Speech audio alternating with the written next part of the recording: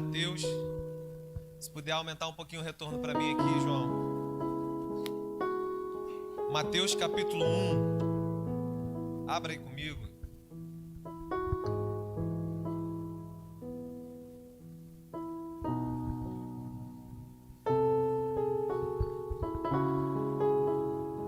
Quantos acharam aí? Diga amém.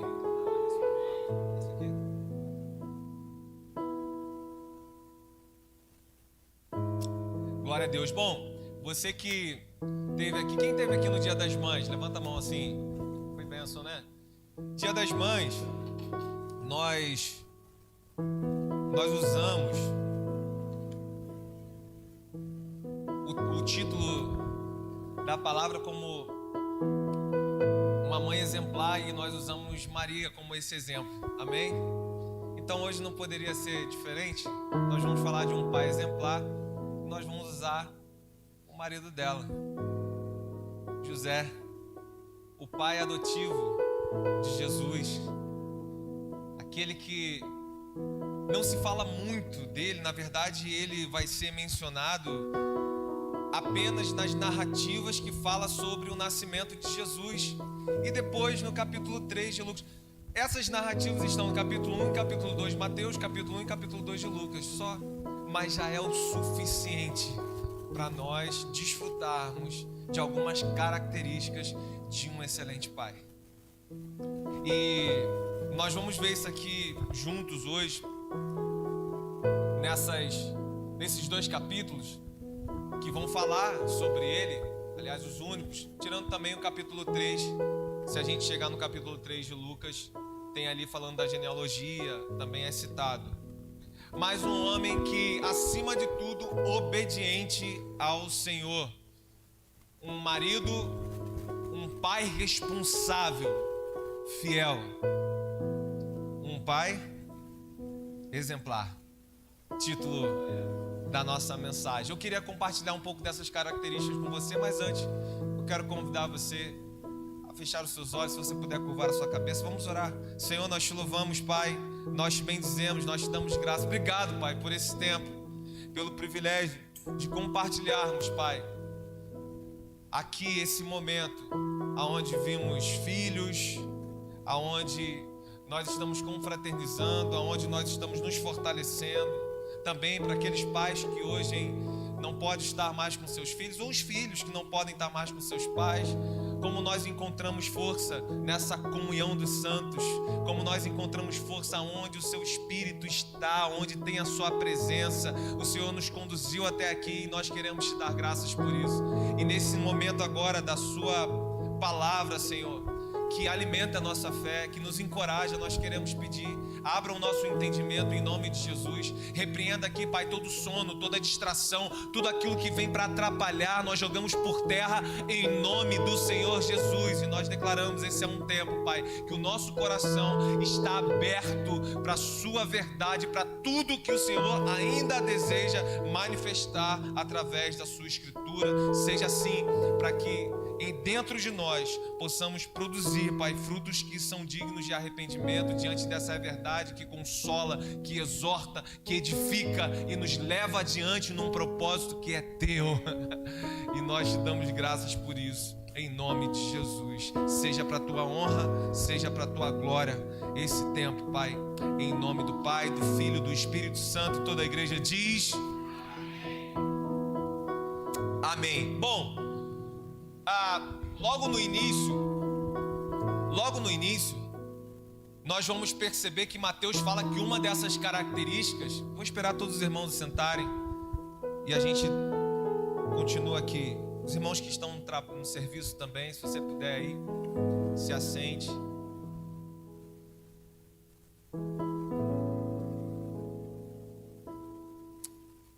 Aleluia.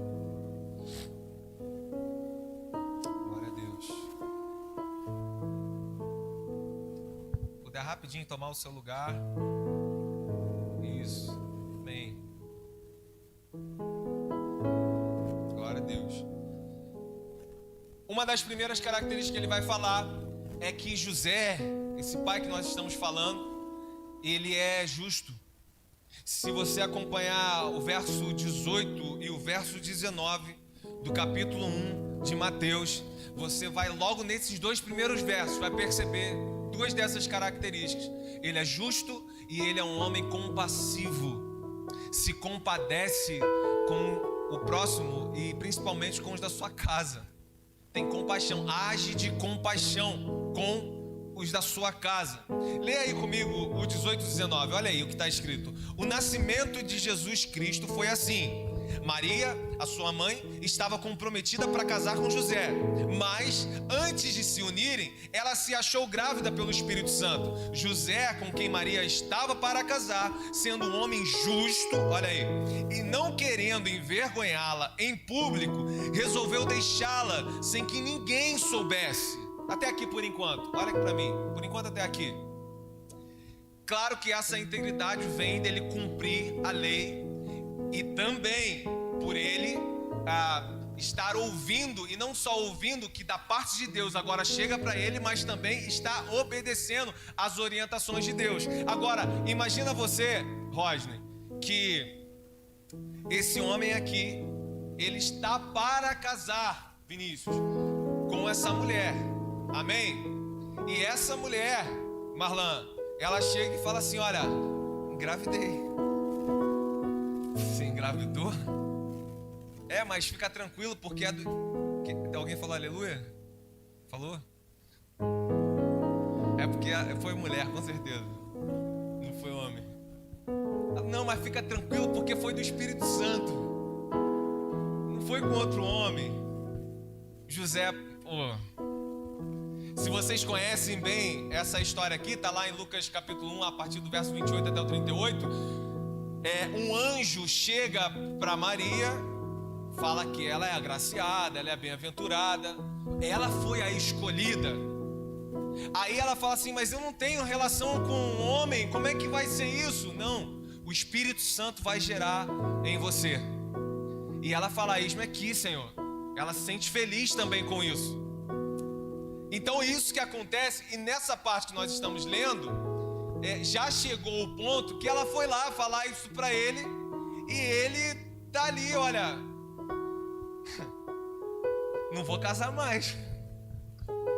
Esse papo de Espírito Santo, não vou. Ele decidiu não estar mais com ela. Mas eu queria aqui já falar dessa primeira característica, também de ser esse homem compassivo, porque olha só, se você observar bem, ele preferiu guardar segredo. Irmão, se ele decidiu, pensa comigo, se ele decidiu não estar mais com ela, é porque ele não acreditou nesse papo, amém ou não amém? Amém? Então, se ele não acreditou nesse papo, Henrique, ele com certeza estava decepcionado com ela. Com certeza poderia haver um ressentimento, quem sabe até uma raiva mesmo dela. Por que ela fez isso comigo? Só que esse homem aqui, mesmo que talvez com essa decepção, com essa raiva aqui, ao invés dele expô-la publicamente, para que talvez ela fosse condenada, ou talvez não, que ela fosse condenada conforme lá a lei lá em Deuteronômio capítulo 22, porque ela teria que ser exposta publicamente e seria condenada publicamente. Mas mesmo que ainda existisse essa decepção, essa raiva, esse ressentimento naquele presente momento ali, ele, presta atenção nisso, ele a trata de forma digna. Primeiro ensinamento.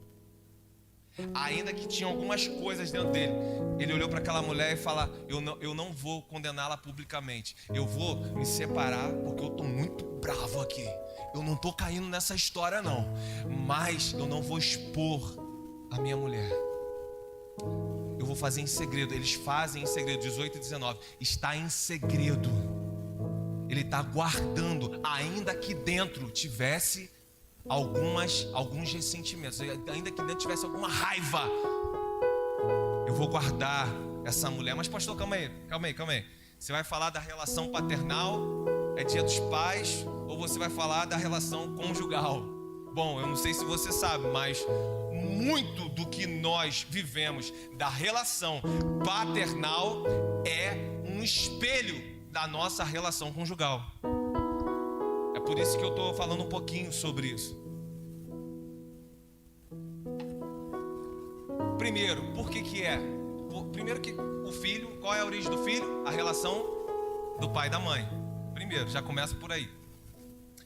A relação dos pais e da mãe. Segundo, os filhos, eles vão crescendo. Nós vemos aqui, hoje o Pedro está um pouco grandinho, o João, mas todos eles já foram essas criancinhas aqui, amém? Um monte de gente aqui que está aqui, viram aqui, ó, essas crianças aqui pequenas. Eles vão crescendo, nossos filhos vão crescendo. Eles vão formando dentro de si o que é realmente uma família. Mas vão formando dentro de si, não apenas pelos conselhos que nós vamos dando, vão formando dentro de si pelos pais que nós somos. Essa é uma realidade. Aqui cai aquela máxima que a gente viu na geração passada, ou até duas para trás, que talvez você tenha escutado muito isso, eu escutei. Que era aquela coisa assim, olha, faz o que eu falo e não faz o que eu faço, né? E a gente viu aonde que isso deu, aonde que isso foi parar, porque o exemplo arrasta. Não são só as palavras. O filho que cresce vendo um pai como José, um pai que não expõe ali aquela mulher, que no caso do filho seria a mãe, um pai que sabe tratá-la de forma amorosa, gentil, respeitável, digna. Esse filho, certamente, ele saberá como tratar a sua futura esposa. Amém ou não amém? É assim. Um pai que é compassivo com os seus, ele entrega em amor o melhor de si para os seus, principalmente para os da sua casa. Tem compaixão. Agora é fácil a gente falar sobre compaixão, principalmente com os que estão na nossa casa. Claro que a gente vai ter compaixão. Agora, a gente tem compaixão quando tem algo acontecendo que nos feriu. Porque a compaixão dele foi quando ele pensou que essa mulher tinha traído ele. Olha a diferença de simplesmente ter compaixão. Amém? Essa é a compaixão que ele está trazendo aqui. Primeiro então, um pai, um homem justo e um homem compassivo. Segundo ponto que eu quero trazer para você, é o principal de todos, um homem obediente ao Senhor. Se a gente ler do verso 20 agora até o verso 24, vai dizer assim, olha aí comigo, verso 20. Enquanto ele refletia sobre isso, sobre o que estava acontecendo, Maria grávida, enquanto ele estava refletindo sobre isso, eis que lhe apareceu em sonho, um anjo do Senhor dizendo, José, filho de Davi, não tenha medo de receber Maria como sua esposa, porque o que nela foi gerado é do Espírito Santo. Ela dará luz a um filho e você porá nele o nome de Jesus, porque ele salvará o seu povo de todos os pecados deles. Ora, tudo isso aconteceu para se cumprir o que foi dito pelo Senhor por meio do profeta. Eis que uma virgem conceberá e dará à luz a um filho, e ele será chamado pelo nome de Emanuel. Emanuel, que significa Deus conosco. Quando José despertou daquele sono, fez como o anjo do Senhor lhe havia ordenado e recebeu Maria por sua esposa. Segunda característica, um homem obediente ao que o Senhor tem ministrado no coração dele. Um homem obediente segundo a palavra que vem do Senhor. Aconteceu, irmão, repare que tudo isso está acontecendo, ele está ali inflamado por aquela situação.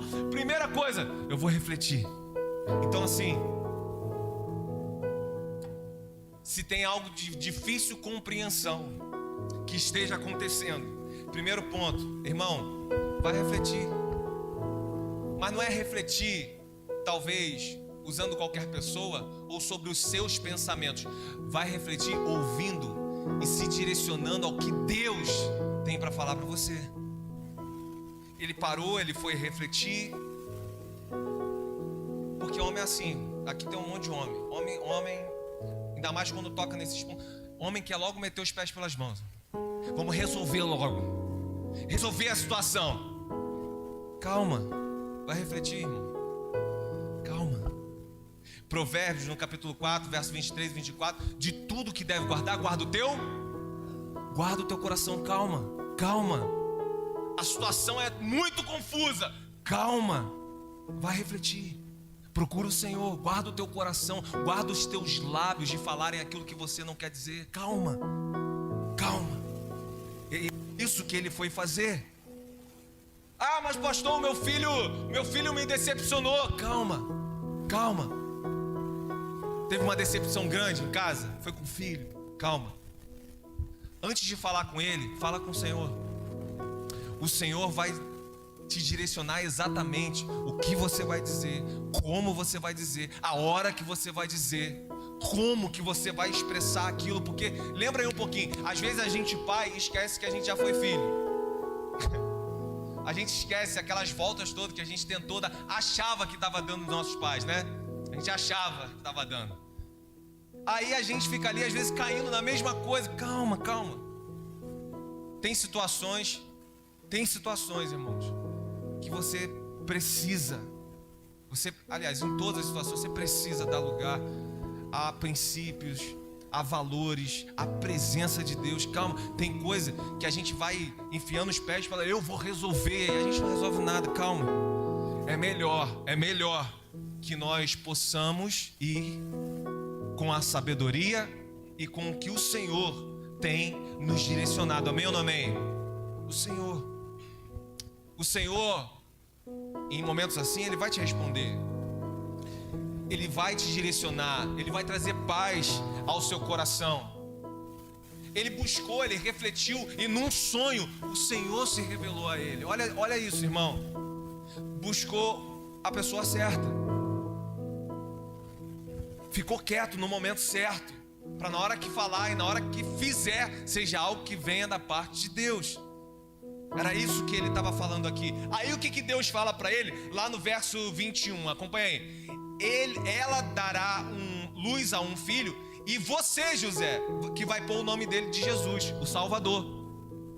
Vai ficar sobre você essa incumbência. Olha para mim. Maria recebe a grande alegria, Simval, a grande felicidade, a grande graça de gerar Jesus. Mas o anjo diz que é José quem vai colocar o nome nele, ou o nome dele. Não sei se você pegou muito bem aí. Quando você dá um nome, geralmente a gente tem um nome. Quando você tem o seu nome, você faz um registro, você tem uma identidade. Amém ou não amém? Tá lá. Maria tem a alegria de gerar, e a identidade que está sendo gerada no filho, o anjo falou, é você que vai pôr. A identidade que é gerada no filho, ela passa através do pai. É você, José, que vai pôr o nome. Essa alegria é sua. É você, José, quem vai cuidar. Essa alegria vai ser sua. É você quem vai formar o caráter. É você quem vai dar a identidade de filho. E qual é o caráter que nós como pais formamos?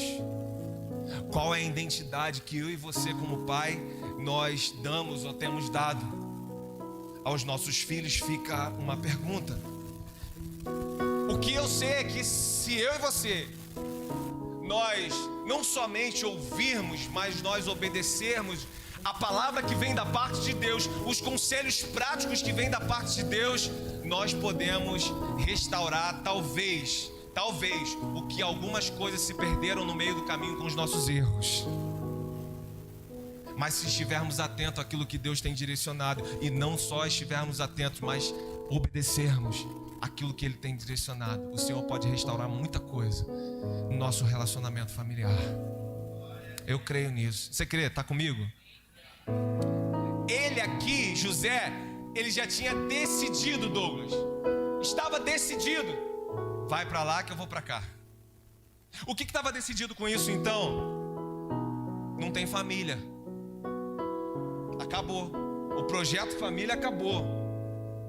Não sei se é do Espírito Santo, se ela está falando a verdade, se não é. Eu sei que a gente decidiu, vai cada um para um lado. Só que quando ele reflete, quando ele ouve quando ele está agora tendo uma direção da parte de Deus, chega ao verso 24 que vai dizer: então ele se levantou desse sono. Então José acordou. E ele fez o quê? Ele obedeceu o que o Senhor falou. Se nós buscarmos o Senhor de verdade, nós vamos acordar de muitos sonos que têm nos paralisado. E não vamos acordar só para dizer que nós tivemos uma experiência, mas quem acorda de verdade desse sono, acorda para obedecer. Acorda para obedecer o que vem da parte de Deus. Segundo ponto, então, um homem totalmente obediente ao Senhor. Quem está comigo aí? Terceira característica, um pai protetor. No capítulo 2, aqui a gente chegou ao final do 24, se você passar uma folhinha aí, lá no verso 13 do capítulo 2, o que vai acontecer? Ele então aceita que Maria, como sua esposa, tem a visita dos magos, que todos vocês já conhecem. Herodes está lá tentando aniquilar todas as crianças. E aqui no verso 13, José vai ter o segundo sonho. Guarda isso aí, irmão. Ele teve um sonho que ele reconheceu Maria como esposa, colocou o nome de Jesus. Ele tem um segundo sonho e ele vai ser orientado por Deus agora a fugir para o Egito. Olha, José, pega Maria, pega Jesus, foge para o Egito, porque você precisa, olha o termo, protegê-los de Herodes, que está matando, aniquilando as pessoas. Vai matar Jesus. A intenção dele é matar o Messias. Não pode ter um outro rei. Essas pessoas estão falando desse rei vai contra o trono. É o que ele estava pensando, um trono terreno. Então você precisa fugir para o Egito para protegê-los. E proteger, irmão, os nossos filhos, proteger não apenas com o que nós achamos válido para aquele certo momento, mas principalmente sob a orientação de Deus. Por que você está falando isso, pastor? Eu vou te dar um exemplo. Porque eu e você, a gente pode confundir, Henrique, facilmente, Alan, proteção paternal com super proteção. E são duas coisas que podem beneficiar ou podem também estragar os nossos filhos. Amém? Uma proteção paternal, ela vai gerar filhos firmes, constantes. Proteção paternal gera filhos confiantes, sabendo que eles podem sim encarar alguns desafios aí fora da vida, mas que eles têm um porto seguro em casa. Eles têm com quem contar, mesmo diante dos Herodes, das piores ameaças, sabem, tem alguém para proteger, tem alguém que está ali. Mas essa proteção paternal aqui não impede que esses filhos vivam os seus desafios. Agora, uma proteção, uma super proteção, ela vai gerar ao contrário, ela vai gerar filhos fracos, mimados. Filhos que vão sucumbir diante desses desafios da vida, diante dessas ameaças da vida, principalmente quando os pais faltarem, quando eles não estiverem mais vivos, presentes. Eles ficam perdidos no mundo, não sabem mais como reagir. Então, que ele ensina uma proteção, irmão, paternal, mas jogue fora toda a super proteção que vai matar o seu filho depois. Vai matar o seu filho. Isso é certo. A gente precisa, olha para mim, a gente precisa aprender a dizer não, mesmo quando nós podemos fazer. Olha aqui, a gente precisa aprender, vou repetir, a gente precisa aprender a dizer não, mesmo quando nós podemos realizar, quando nós podemos dar, quando nós podemos fazer. Tem um provérbio oriental que estava rodando muito na internet há um tempo atrás, que eu acho que você conhece, que diz que homens fortes criam tempos fáceis. E tempos fáceis geram homens fracos. Mas homens fracos criam tempos difíceis. E tempos difíceis geram homens fortes. Teve um sheik que ele falou, ele parafraseou isso daqui. Isso eu vi na semana passada. Ele falou assim: o meu avô andava de camelo, eu andei de Cherokee, o meu filho andou de Porsche e o meu neto, se o meu filho perder a essência do avô, o meu neto vai voltar a andar de camelo. É exatamente isso.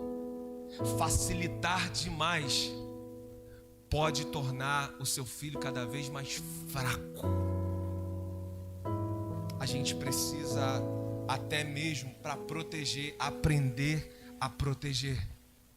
E nessa proteção aqui, no verso 14, se você acompanhar comigo, vai dizer assim, do capítulo 2: levantando-se José, tomou de noite o menino e a sua mãe e partiu para o Egito. Bom, Deus já tinha dado uma palavra num segundo sonho para ele: faça isso. Ele está fazendo exatamente o que Deus falou. O ponto da obediência. Mas no ponto da proteção, perceba que ele se levantou o quê? De noite, mais frio, deserto. Ele partiu com eles, ou seja, ele não poupou esforços. E se tem um ponto que eu posso pegar aqui nessa proteção para mim e para você, é: não poupe esforços na direção que Deus tem dado para você, para que você possa proteger o seu filho. Não poupe esforços, irmãos, em nome de Jesus. Se Ele tem dado direção, se é à noite no deserto, levanta e vai. Levanta e vai. Se for para protegê-lo, levanta e vai. Se Ele mandou confrontar, irmão, em nome de Jesus, com sabedoria, confronte. Se Ele mandou, se é o momento de acolher, então dê o melhor colo nesse momento. Ah, mas ele fez isso, ele fez aquilo. Não, Deus mandou agora, Jefferson, agora é o colo. Você vai ter um momento, você vai repreender. Calma, mas agora é colo. Então tá, Senhor, estou aqui doido para falar umas coisas. Como Pedro falou, são os que mais exercem o fruto do espírito da mansidão, do domínio próprio. Estou doido, principalmente fase da adolescência para cima, né? Mas se Deus falar assim: ei, agora você não vai falar nada, agora você vai acolher, então siga a direção dele. Faça tudo, não poupe esforços.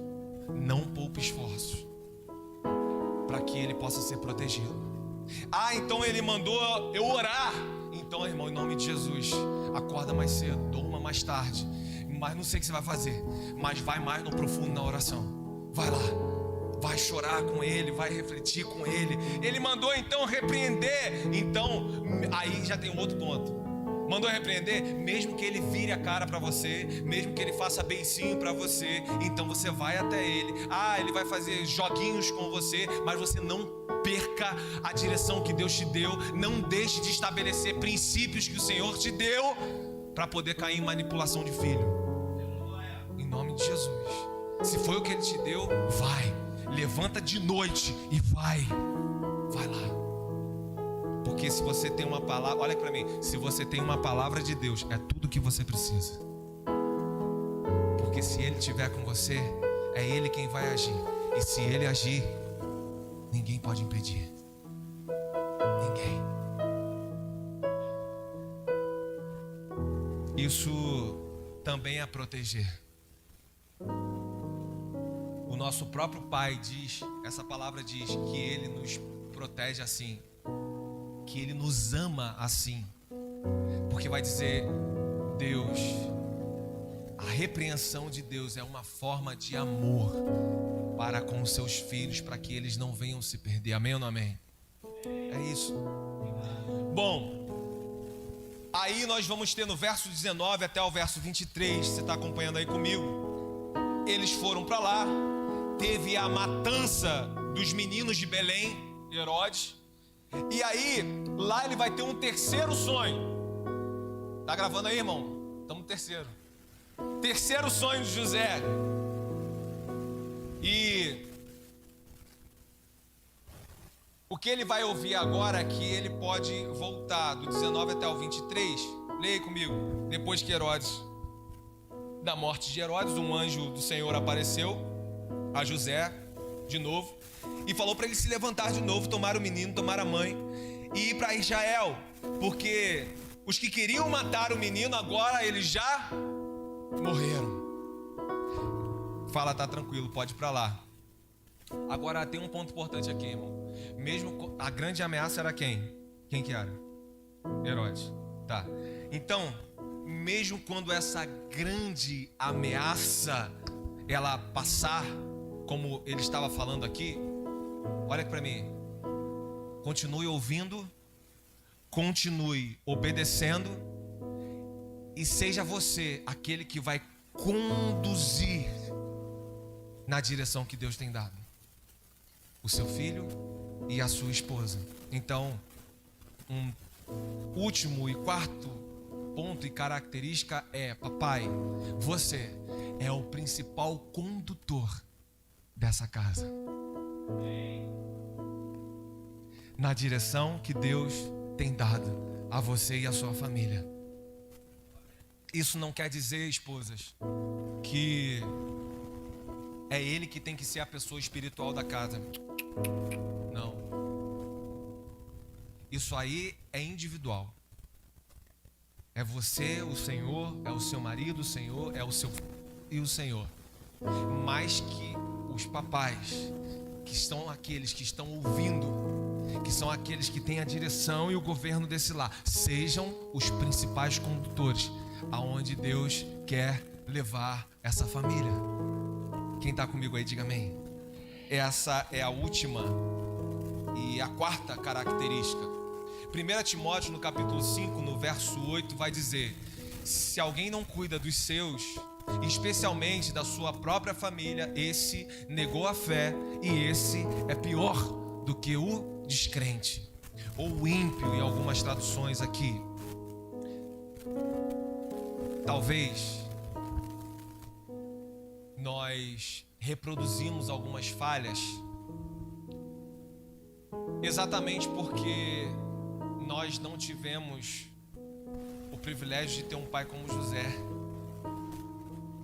E eu conheço muitos homens que ficaram reproduzindo gerações e gerações as mesmas falhas sobre a sua casa e sobre as suas famílias.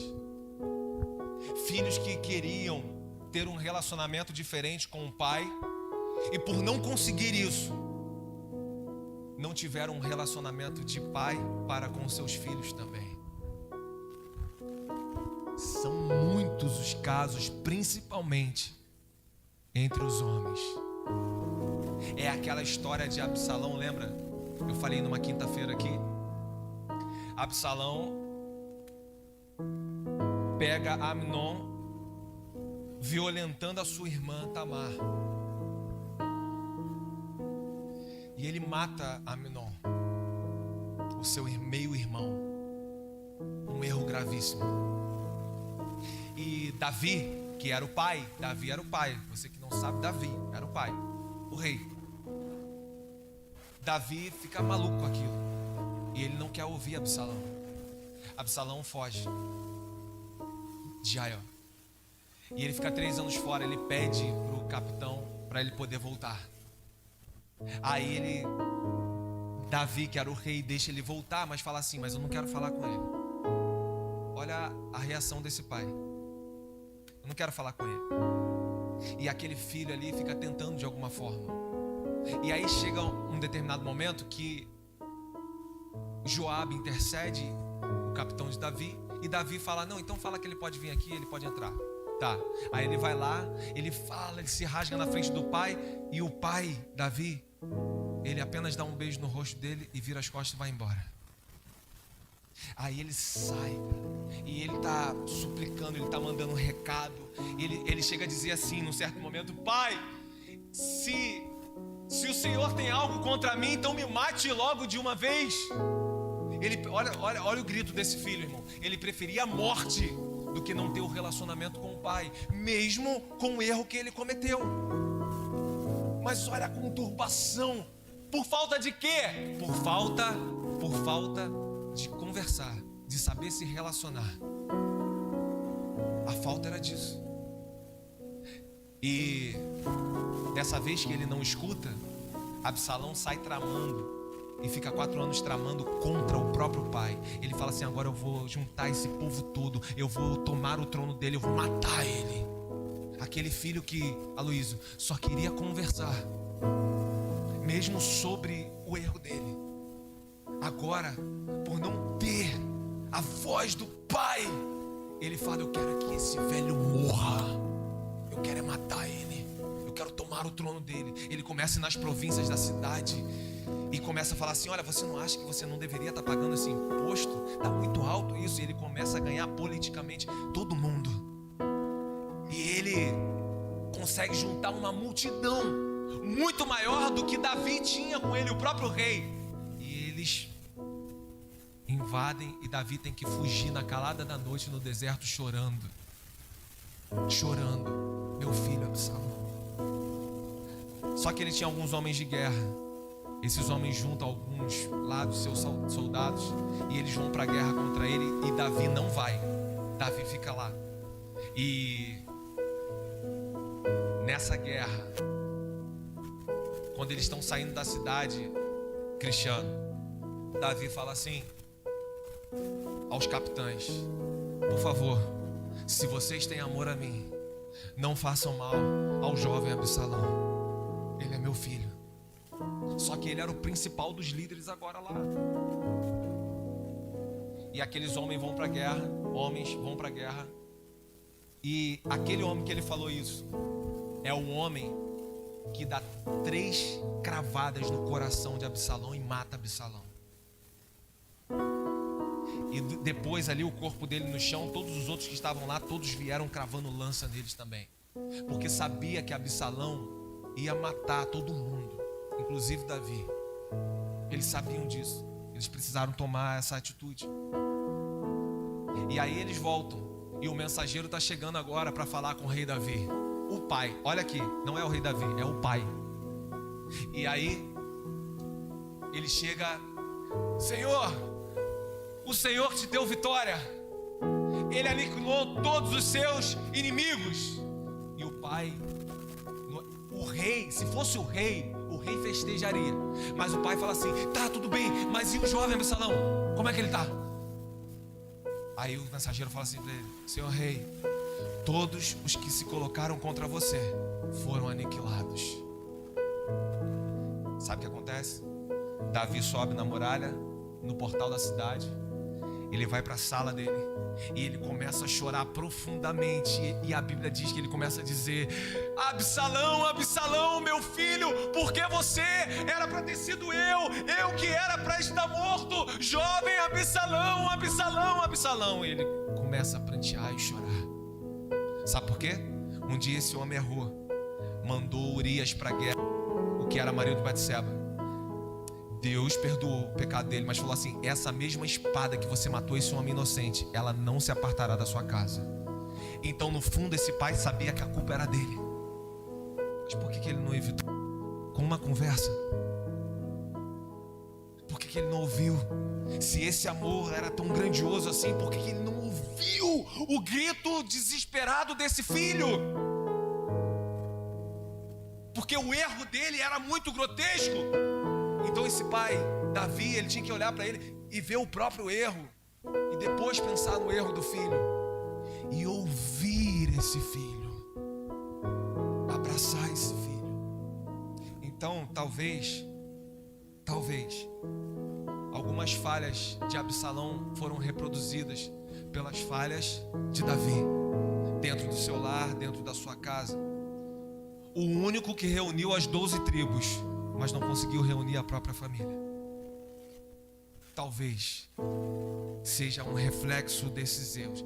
Talvez você, como alguém falou aqui, talvez você nem tenha tido pai. talvez você nem teve a alegria, a oportunidade de ter um pai, ou talvez não tenha esse pai hoje. E eu quero dar uma resposta para você, que está em Salmo, no capítulo 68, no verso 5. Olha o que diz esse salmo, olha aqui. Pai dos órfãos, defensor das viúvas, esse é Deus cuja habitação é santa. Talvez você não tenha tido essa oportunidade desse pai aqui físico presente, mas eu quero te dizer que tem um pai misericordioso que zela por você no céu. Tem. Se a gente for reparar Isaías capítulo Isaías 49, se eu não me engano, verso 15, quando ele fala sobre a mãe também, olha, será que uma mãe que ainda amamenta esse filho, um filho recém-nascido, será que ela pode abandonar esse filho? Se isso acontecer, saiba de uma coisa. Cadê? Tá aí? Cadê? Pode a mãe se esquecer do filho que ainda amamenta? Pode deixar de sentir amor pelo filho que lhe deu a luz? Mesmo que isso fosse possível, eu, o Pai, não me esquecerei de ti. Talvez o físico não esteja presente, mas eu quero dizer, tem um Pai que nunca se esqueceu de você. Nunca se esquece de você. E talvez nós, em certos momentos, fomos esse pai Davi. Que peso. Em certos momentos, talvez nós não ouvimos o que era para ouvir, não resolvemos o que era para resolver. Em certos momentos, talvez nós vamos protelando. Não tem essa historinha rápida que eu te contei de Absalão? Sabe quanto tempo isso durou? 11 anos. Em 11 anos, Davi não ouviu esse menino. E talvez nós também tenhamos essa falha de protelar coisas dentro do nosso próprio lar, de deixar para depois sentimentos e ressentimentos que estão ali dentro de nós. Uma hora se resolve, a gente vai deixando para depois, até que chega um dia que nós podemos receber a notícia do mensageiro, e aí nós não podemos resolver. Só que eu olho para Davi com todos esses erros e eu me faço, Margarete, uma pergunta: como é que é exatamente esse homem, Douglas, que a Bíblia fala que tem um coração segundo o coração de Deus?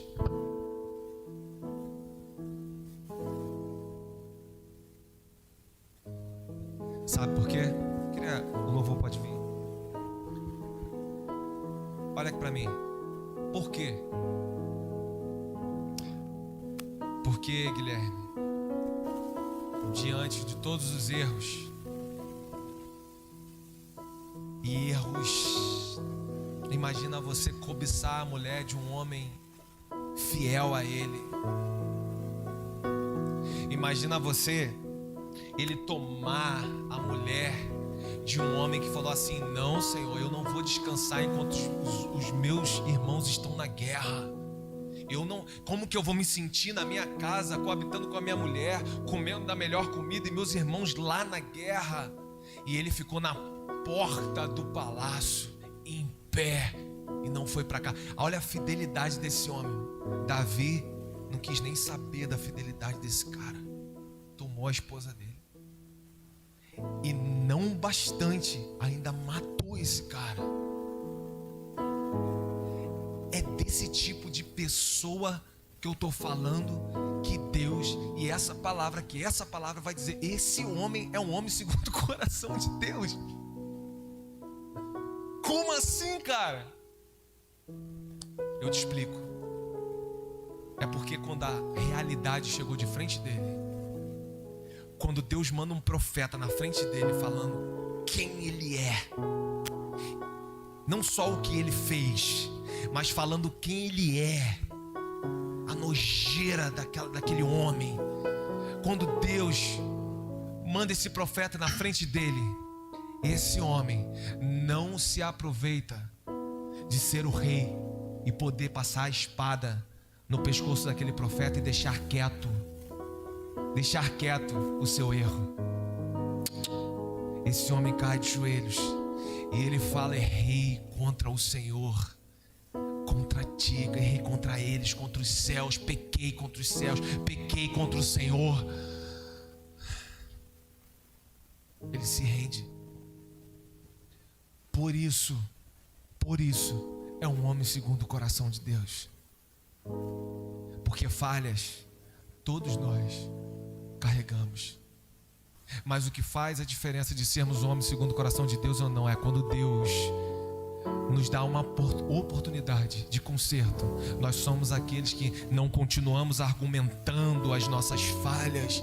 Nós olhamos para Ele e fala: sim, o Senhor está certo, me perdoa, eu pequei contra o Senhor, pequei contra os céus, me faça um homem novo. Ei, crie em mim um coração puro, Senhor, porque eu sei que eu não tenho pureza aqui dentro. Crie um coração novo, crie um coração puro diante da sua vontade, porque eu quero ser esse homem que vou ter mais relacionamento, te obedecer, não só te ouvir, mas obedecer o caminho que o Senhor tem direcionado. Esse homem obediente, esse homem protetor, esse homem submisso, esse homem que conduz a minha família no caminho que o Senhor tem dado. Senhor, gera em mim um coração capaz disso. Esse é um homem segundo o coração de Deus. Você pode colocar de pé em nome